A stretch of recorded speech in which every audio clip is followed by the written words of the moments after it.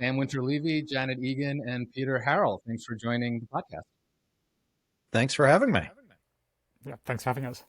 Um, so we have a lot to get through, but before we get into the specifics of the Nvidia export deal, I want to step back and provide a little background for the audience on what export controls are and what this regime of export controls has been, in particular with respect to semiconductors and AI chips, through the Biden administration and the early Trump administration. So Sam, kind of set the stage and then get us right up to what happened last week, and then I'll turn it to Janet for that.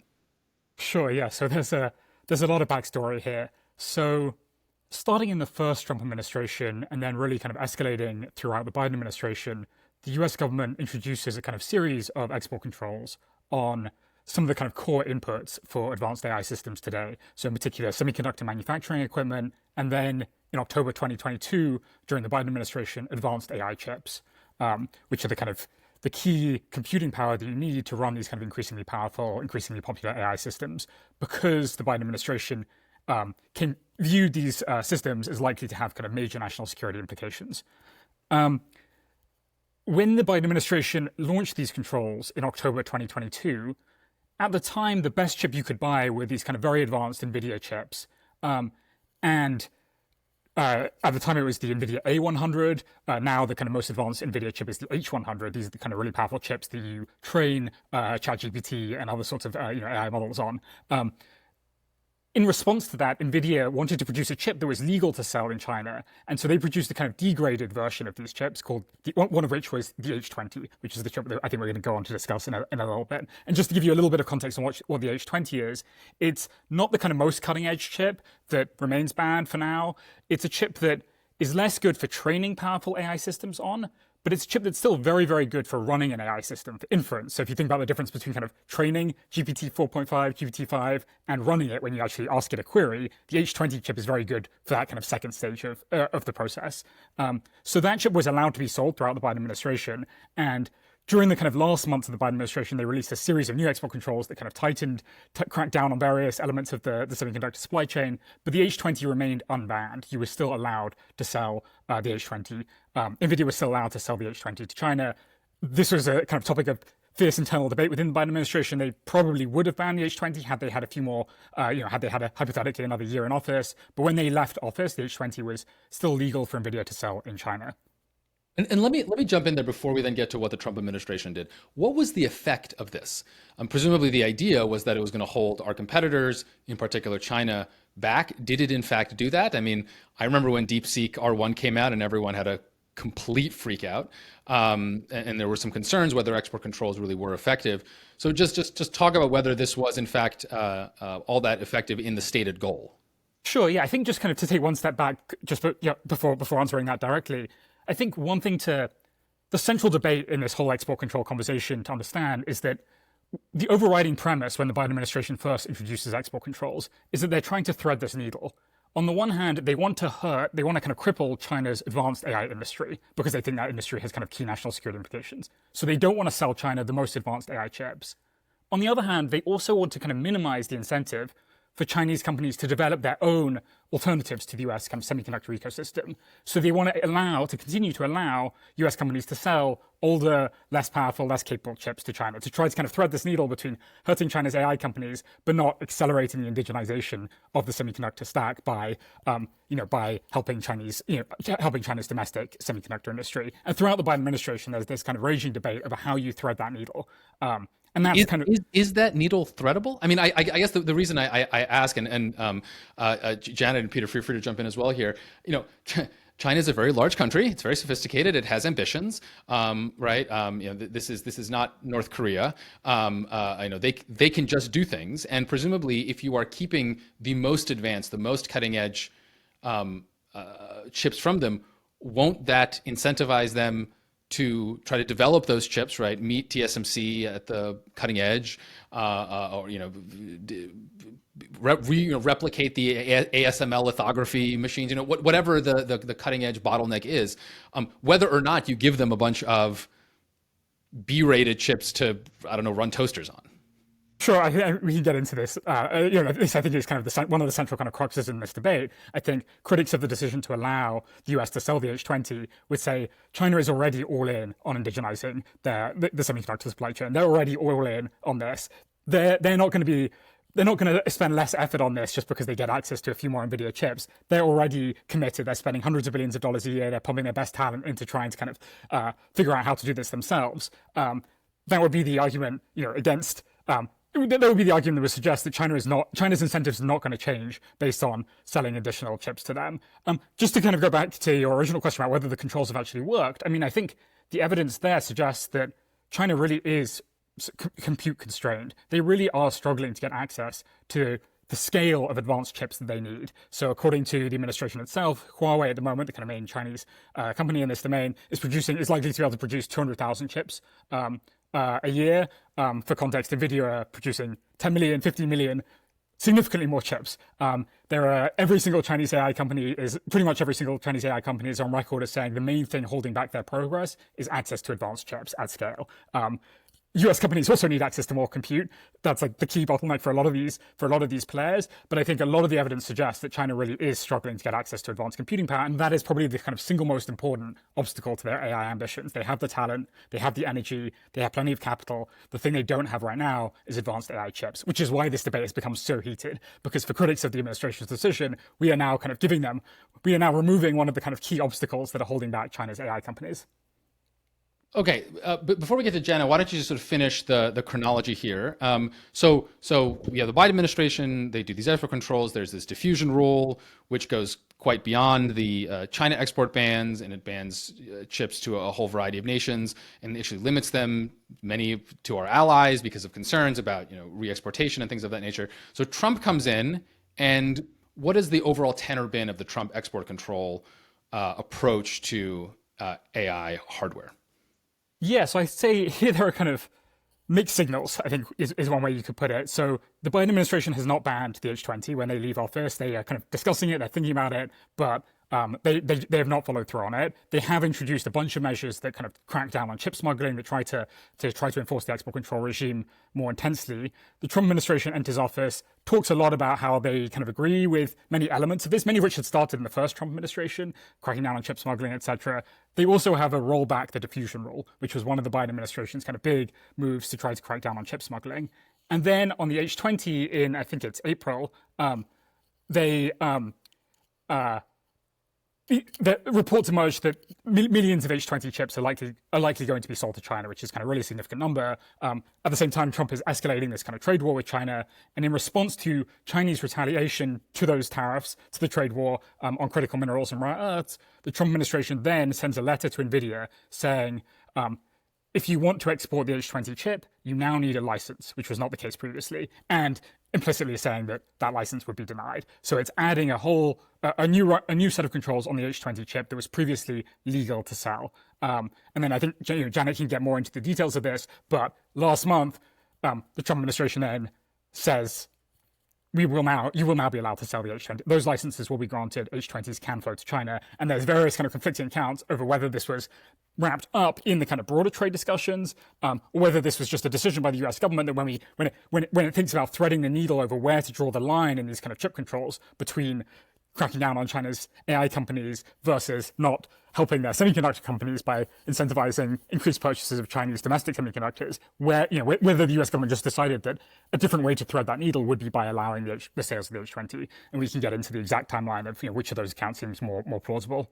So Janet, let's get into that timeline. So the Financial Times reported last week that Nvidia and AMD will now be able to export a whole range of advanced AI semiconductors to China, as long as they pay the US government 15%? Yeah, it's a very unusual, unprecedented deal, I'd say. So essentially, which is a very polite way of saying it's nuts, right? I mean, this is cuckoo pants, right? This is the Lawfare podcast. So I'm going to be loose. My jaw dropped when I read this reporting. It was really interesting to me to see President Trump own up directly to his negotiations with Jensen on this, to say that, I asked for 20%, we settled on 15%. And hey, now... And Jensen, this is Jensen Huang, the CEO of Nvidia. That's right. Famous leather jacket wearing, globetrotting CEO of Nvidia. And I think what even struck me more was then flagging that there's even discussions open about then exporting the latest generation of chip, Blackwell, an unenhanced version as well. So just since April to come to August and have this complete roundabout face to change the strategy seems quite remarkable. I think there's 3 key reasons this deal seems like a pretty big deal to me. And the first, Sam's touched on this, but it seems to erode American AI dominance just at a time when you want to preserve the strongest possible lead over China. So a common misconception is that this is an old chip. This is not a good chip. The H20 is one that China does not have and cannot make indigenously. And having more and better chips is the key differentiator that keeps the US ahead of Chinese AI development. And so just to clarify, when you say that the H20, China does not have it, you mean like China has whatever it has gotten, right, under the Biden administration and before the Trump administration clamped down on it, but they cannot, as of now, purchase more or build something with equivalent capabilities. That's right. There's other export controls on some of the key components that go inside that chip, which is the high bandwidth memory. So China can't import the key elements that it would need to make these chips. It can't make those key elements domestically. And so now they're able to import these H20s from the US in exchange for revenue. And I just want to stay on that point for a second, because I think sometimes, and it may be helpful, and I'd love for you to get into this, some of the details on what makes these advanced chips so advanced. And my understanding is that obviously chip design is very complicated, so I'm oversimplifying immensely here. But that you can think of capabilities across a number of dimensions, one of which is clock speed, right? So these chips have some thousands of numbers of cores, each of which can do mathematical operations, some millions of times per second or billions of times per second. But there's also a huge amount of data that has to transfer between different parts of these chips. And this memory bandwidth is as important of a bottleneck and is as difficult for China to reproduce in its own cutting edge chips as the clock speed. And so someone please correct me. My understanding was that the chips that, for example, DeepSeek was training on, were they slower but with more memory bandwidth, or they were faster but with less memory bandwidth? And the geniuses at DeepSeek managed to deal with whatever problem that they had by working on the other thing. I think it's generally understood that DeepSeek was trained on H100s that were provided to China before export controls really bit, and or through smuggling as well. But so those ones are the ones where they're optimizing for computational performance. So clock speed, as you put it. What the HBM does differently is so Nvidia made them to fall just below the threshold when it came to, the computational performance, but then they maxed it out on this high bandwidth memory. And why that matters, so since the 2023 export controls came in, there was an emergence of a new AI learning paradigm. So it's called reasoning models or test time compute.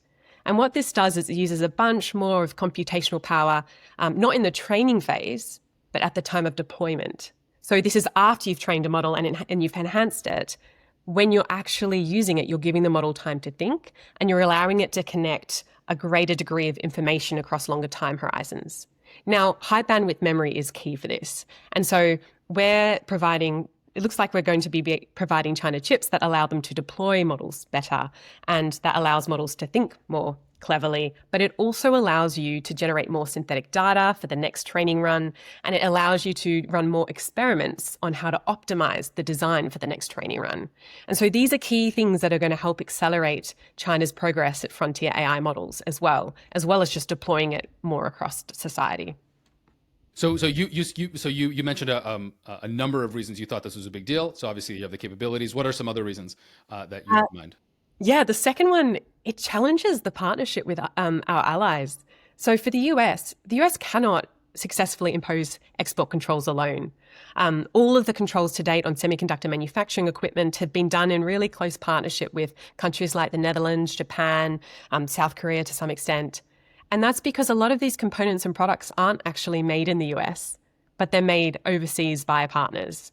So we can put controls on US chips, sure, but that's pretty redundant if the Netherlands sell their extreme ultraviolet light machines to China and then China just makes its own. And so to date, these countries have been bound together by in-depth conversations around the strategic risk and what's at stake for national security. And now it seems there's a really strong shift in the US government. They've said, allies and partners, impose an economic cost on your businesses to not supply China. And now the US is saying, hey, China, we'll give you some, but we're going to take some additional revenue for us.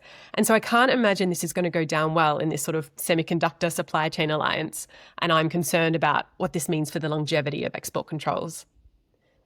So I want to follow up on that. So as our listeners may notice your lovely Australian accent, and you of course worked in the Australian government for a number of years, working on sort of these really important tech policy issues. I'm just curious, like from the perspective, not just of countries, for example, that make some of these bottleneck components. The Netherlands, Germany does optics. Obviously, Japan and South Korea have a lot of semiconductor manufacturing. But a country like Australia, and perhaps it's just my ignorance, but my understanding is not a key part of the, let's say, like semiconductor supply chain for advanced AI chips, but is obviously a super important partner for the U.S. A Five Eyes member, an important intelligence partner. Like if you're sitting in Canberra and you're reading the Financial Times, and Jensen and Donald have come over your coffee. Jensen and Donald, you're reading over your flat white, right? Have come to some agreement. Like, what are you thinking in terms of the U.S. as a strategic diplomatic partner? I think across the world, it's raising questions as to, hang on, if we're asked to be tough on China, or if we're asked to take strong steps in our relationships with China that come at economic cost to us, can we be guaranteed that the US is going to be consistent and by our side in those decisions? And so I think countries around the world are probably asking that question as to, well, do we need to be hedging against the risk that there might be a grand deal struck and suddenly, it'll be US and China collaborating on a lot of things that we've cut ourselves off from China from. And so I think there are probably conversations happening around capitals around the world.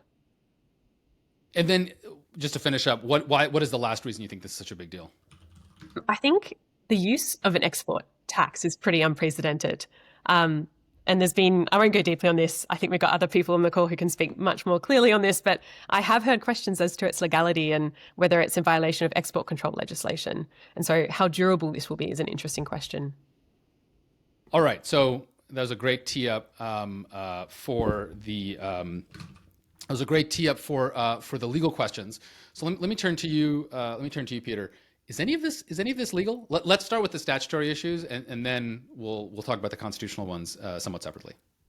Well, I think the question of is any of this legal is going to depend first and foremost on what this deal actually is, right? We've seen press reporting and we've seen the president say that he's going to charge, or that there is an agreement to charge a 15% kind of rev share fee, if you will, of Nvidia H20 sales to China. But, we don't actually know how this is structured. Is this actually like a condition of the license?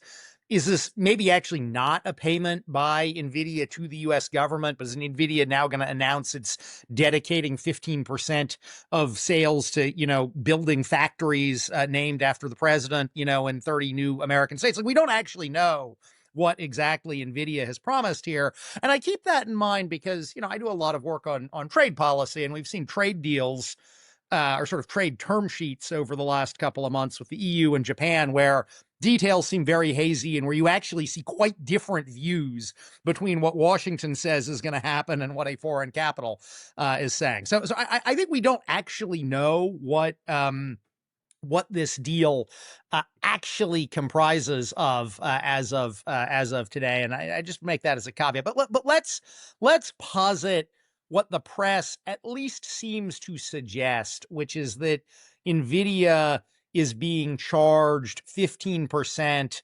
of revenue. Don't know whether that's gross, don't know whether it's net, but 15% of something related on their export of chips to China. I think that it is unlikely that if that is a condition of the license or related to the license, it's legal. There's actually a specific statutory provision codified at 50 USC 4815C, which is included in the 2018 Export Control Reform Act, kind of the current legislative basis for U.S. export controls, that explicitly prohibits the Commerce Department from demanding or collecting a fee related to processing or issuing a license, or to any other activity related to the export control regulation. So it's very hard for me to see, if this is in fact a fee that was demanded of Nvidia as a condition of getting the license, how to square that with the statutory provision. Now, of course, it's a question of who can actually sue here. I'm assuming that Nvidia, even if this is clearly illegal as a statutory matter, I'm assuming that Nvidia, at least seeing Jensen having just agreed to this, probably isn't going to turn around and sue over it.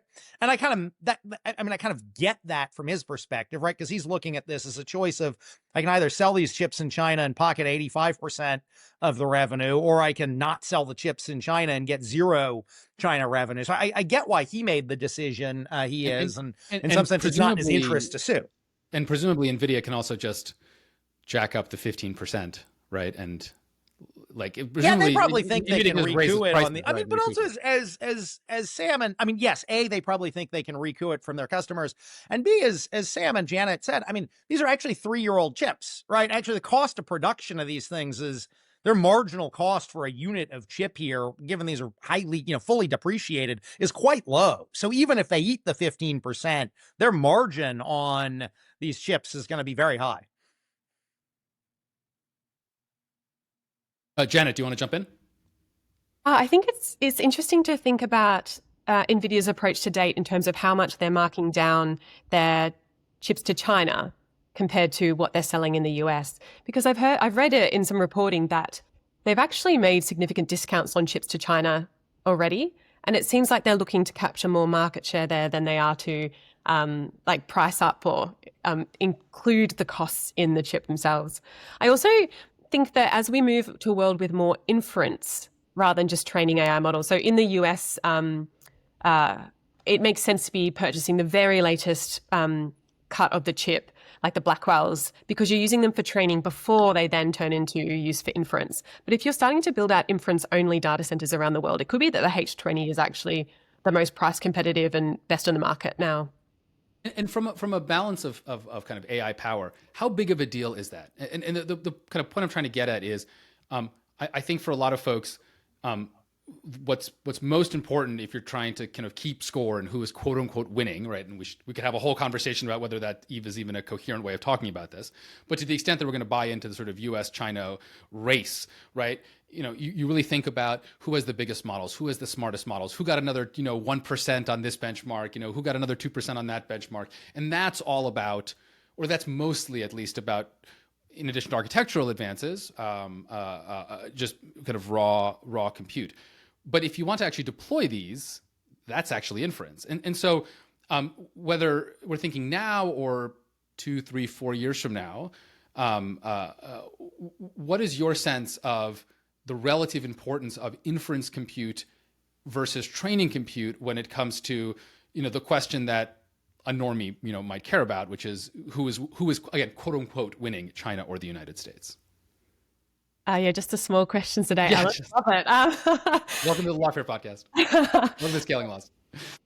I think inference will continue to play a really key role here. And like to take a step back, when we talk about this AI race, I mean, it means different things to different people, but looking at the AI action plan that came out from the Trump administration, part of how they defined that was exporting US technology around the world and having the world be based on US models.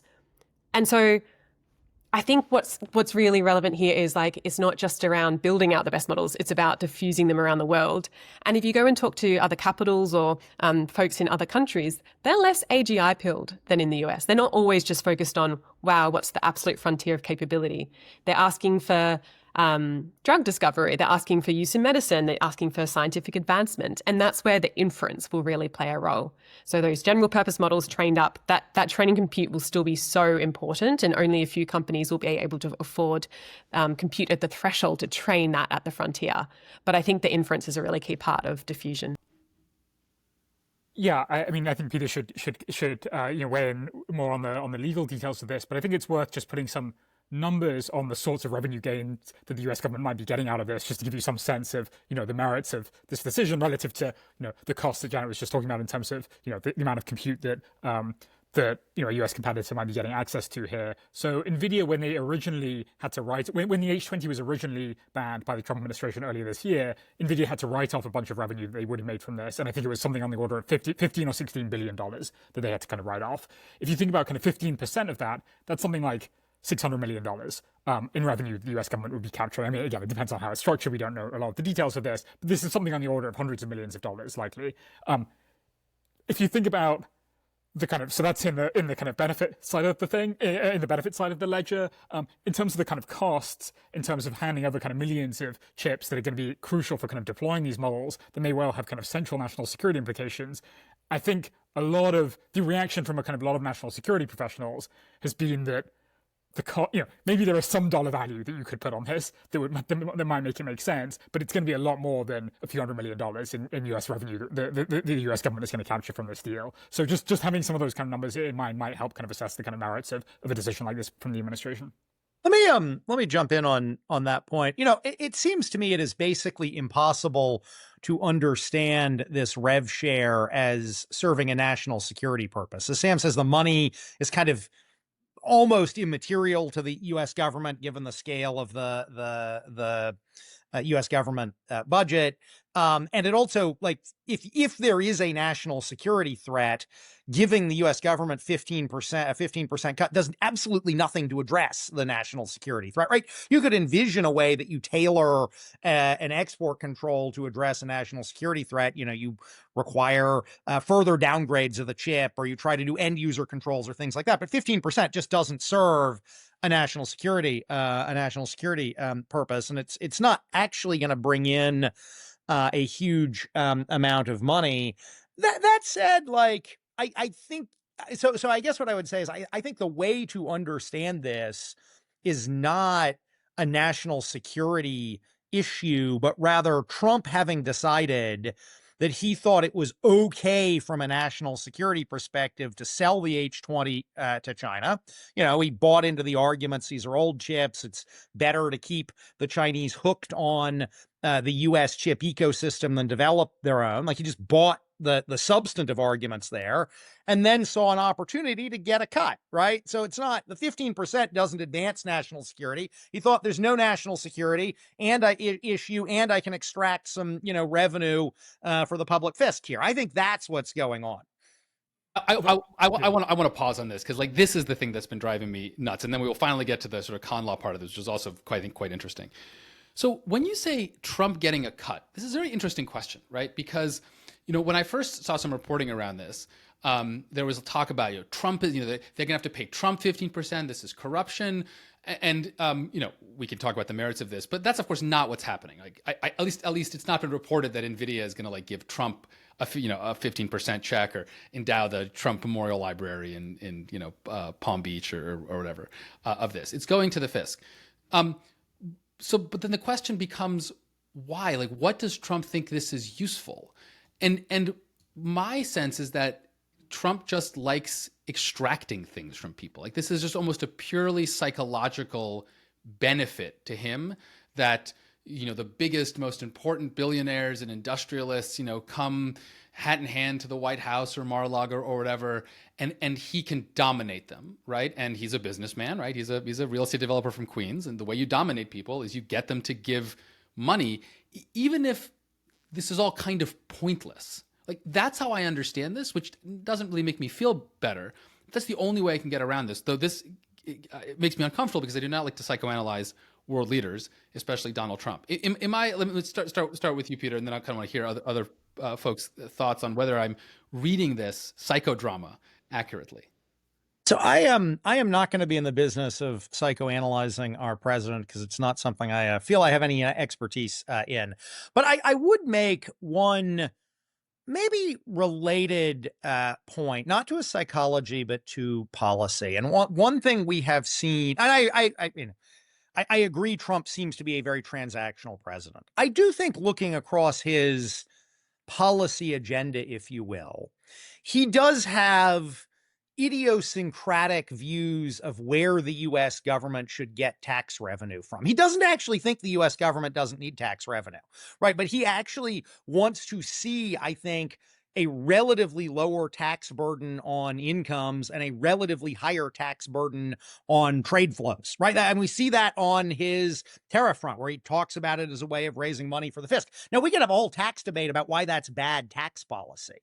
But I think that Trump in his own head is, in his own weird, idiosyncratic way, looking for sources of revenue that he views as kind of free for the United States.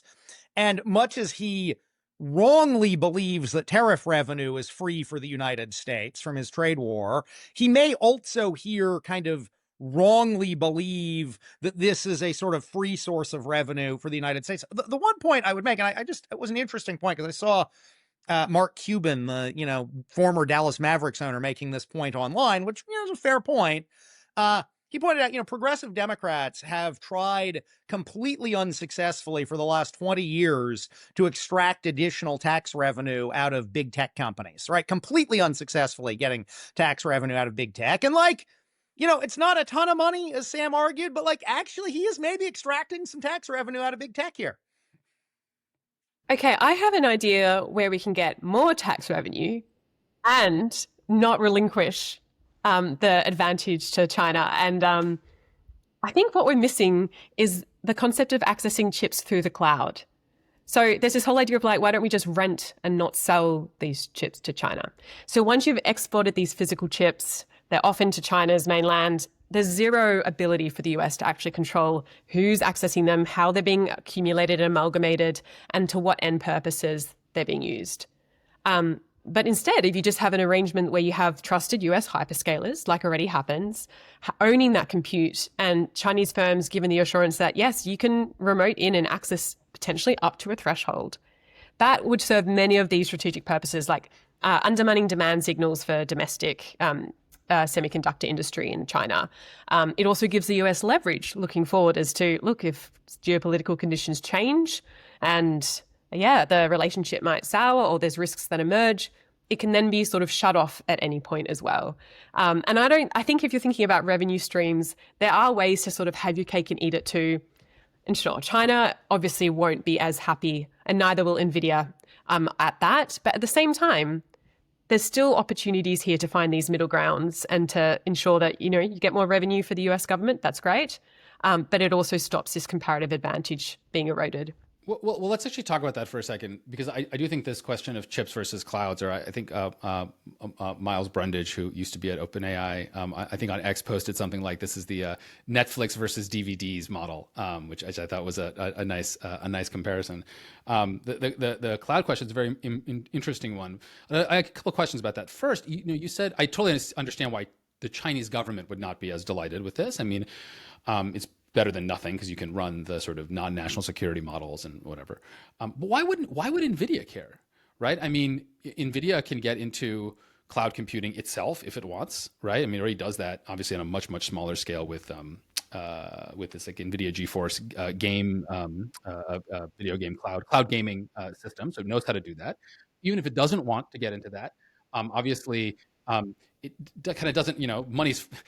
Money's fungible, right? It doesn't really matter if it's getting paid by China directly or if it's getting paid by a US cloud provider to serve to China. So actually, why is Jensen Huang so gung-ho about selling to China, other than, or is it just a matter of, well, he's the CEO of a publicly traded company, his obligation is to his shareholders, and if he can get 0.5% more of profit, who cares about the US national interest?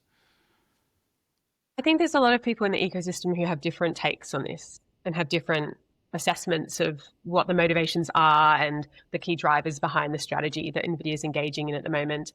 I do think that they are aiming to get more customers rather than consolidate into just hyperscaler customers, and to keep them as sort of a direct seller to many entities around the world, not just the key hyperscalers. But I don't know, Sam, did you have to add on that?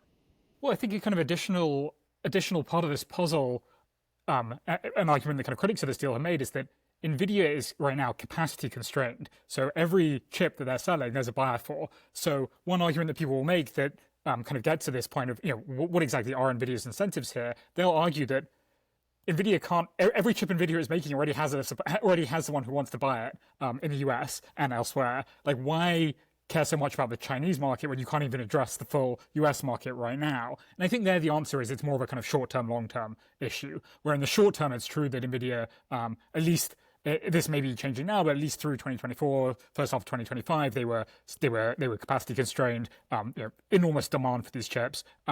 If that starts to ease in the future, then you really want to kind of lock in as many additional markets as you can, and China would be a very big market for them to lose in a few years' time if demand starts to ease off from other parts of the market. So I think that kind of long run desire not to kind of cut themselves off from a potentially huge additional market, I think, is another part of the incentives here for Nvidia.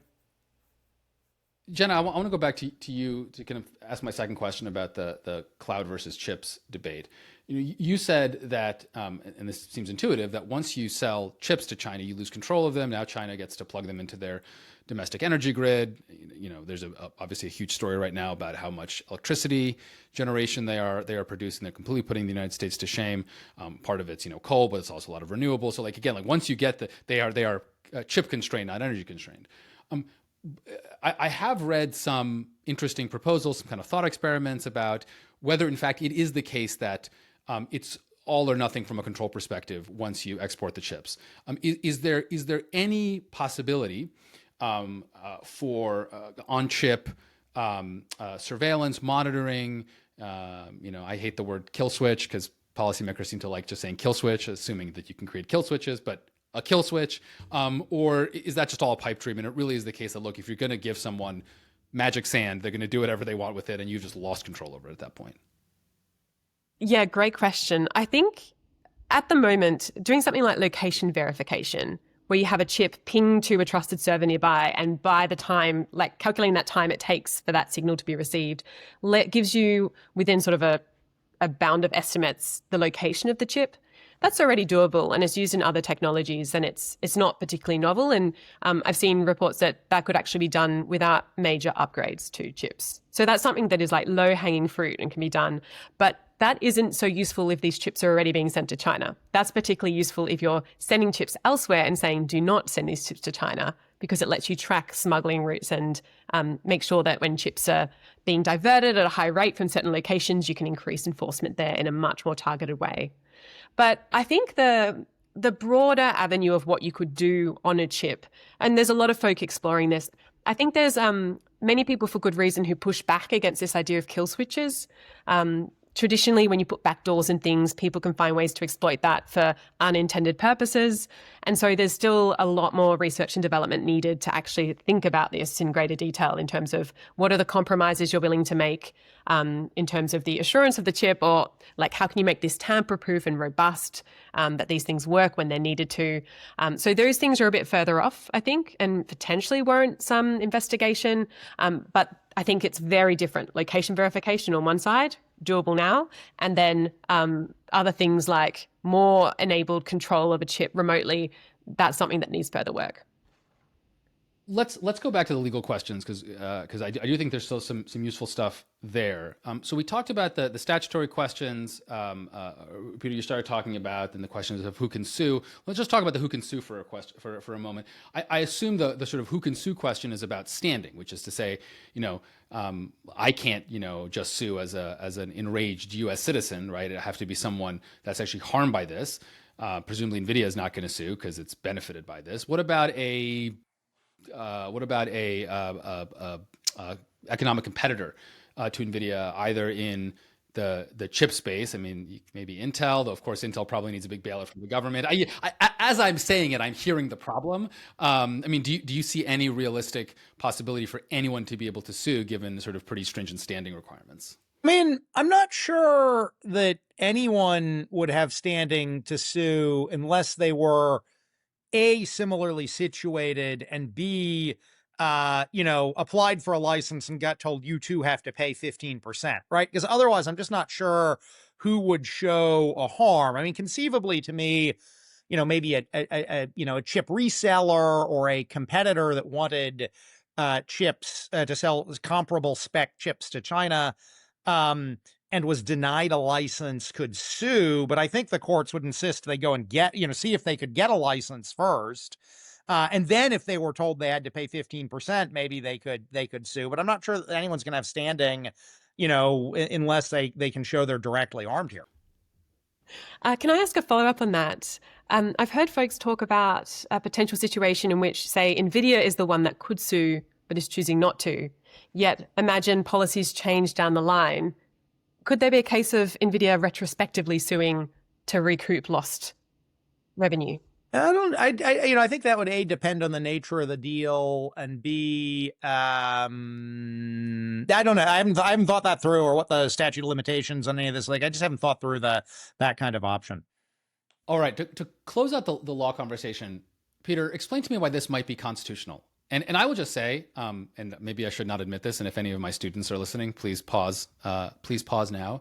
I teach constitutional law for a living, like quite literally. That is what the University of Minnesota Law School pays me to do. And I had no idea that the Constitution contained a provision relevant to this, which again is shame on me, but I think it does show just how bizarre all of this is. And I say this not only as a con law professor, but as someone who, at a level much less interesting than what Peter did in the White House, but when I was at Department of Justice, did export controls, did trade stuff, did CFIUS, and no one ever mentioned this constitutional issue. So this was a learning experience for me, as I suspect it was for many of us. But Peter, what is this constitutional issue that is floating around here? Yeah, so Article 1, Section 9 of the Constitution, which I think probably, Alan, when you're teaching it, you talk about, this is a part of the Constitution that has kind of specific prohibitions on government authority. So this is a part of the Constitution that says, for example, there can't be bills of attainder and things like it. It says the government can't issue titles of nobility, right? So there's sort of some of these things that come up on these kind of this list of specifically enumerated things the U.S. government cannot do.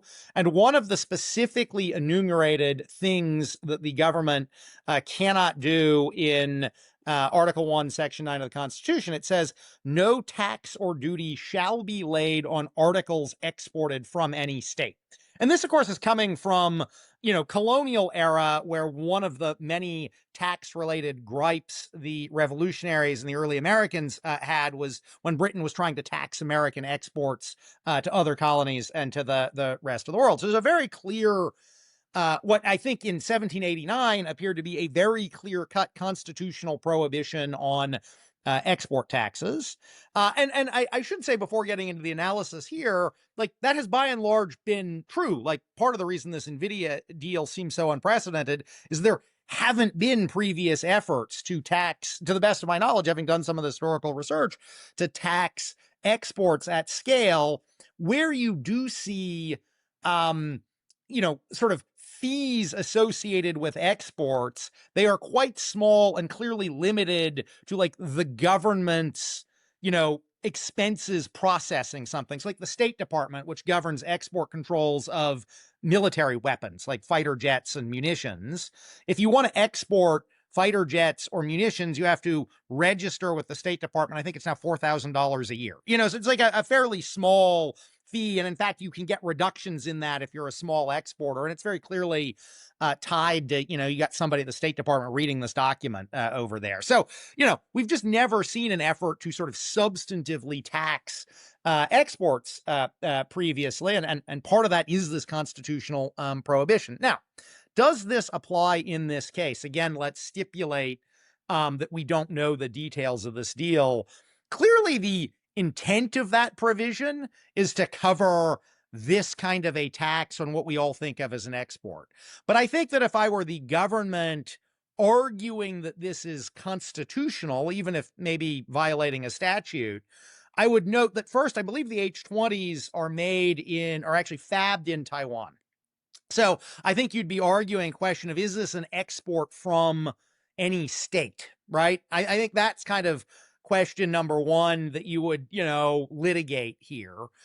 The other one, what has been exported from the United States is intellectual property, right? What's happened is you've had Nvidia design a chip here, and then Nvidia send the chip somewhere out in California, send the chip design over to Taiwan to be exported, to be fabbed in Taiwan. The prohibition is, by its own terms, an article. And I think you'd also, if you were defending this on behalf of the government, you'd say, well, insofar as there is an export of the United States, it's intellectual property, and that is not an article under as sort of intended by the Constitution. I don't know. I think I would enjoy litigating this and arguing it is unconstitutional. I think you probably should be able to prevail though. But I do see the arguments the government would make given the export from the U.S.'s IP, and this is actually an article that is being exported from Taiwan, not a U.S. state. And again, all of this is the merits question. There's still this lingering. Well, yes. First, Nvidia has to decide they want to sue here, right? I mean, somebody's got to decide they want to sue. And if I think about how this is likely to play out, I take the point, Sam and Janet, that maybe down the road, Nvidia could change its mind and sue. Maybe it has then sort of thought that through. My assumption is, putting that aside, if this is just kind of a one-off that applies to only Nvidia and AMD, we may not see a lawsuit here. If, as the Treasury Secretary Scott Bessent suggested in a media interview yesterday, the government might apply this concept of an export tax, or at least what the headline in Bloomberg characterized as an export tax covering Bessent's remarks, I think then we will at some point see somebody decide they want to sue rather than pay an export tax.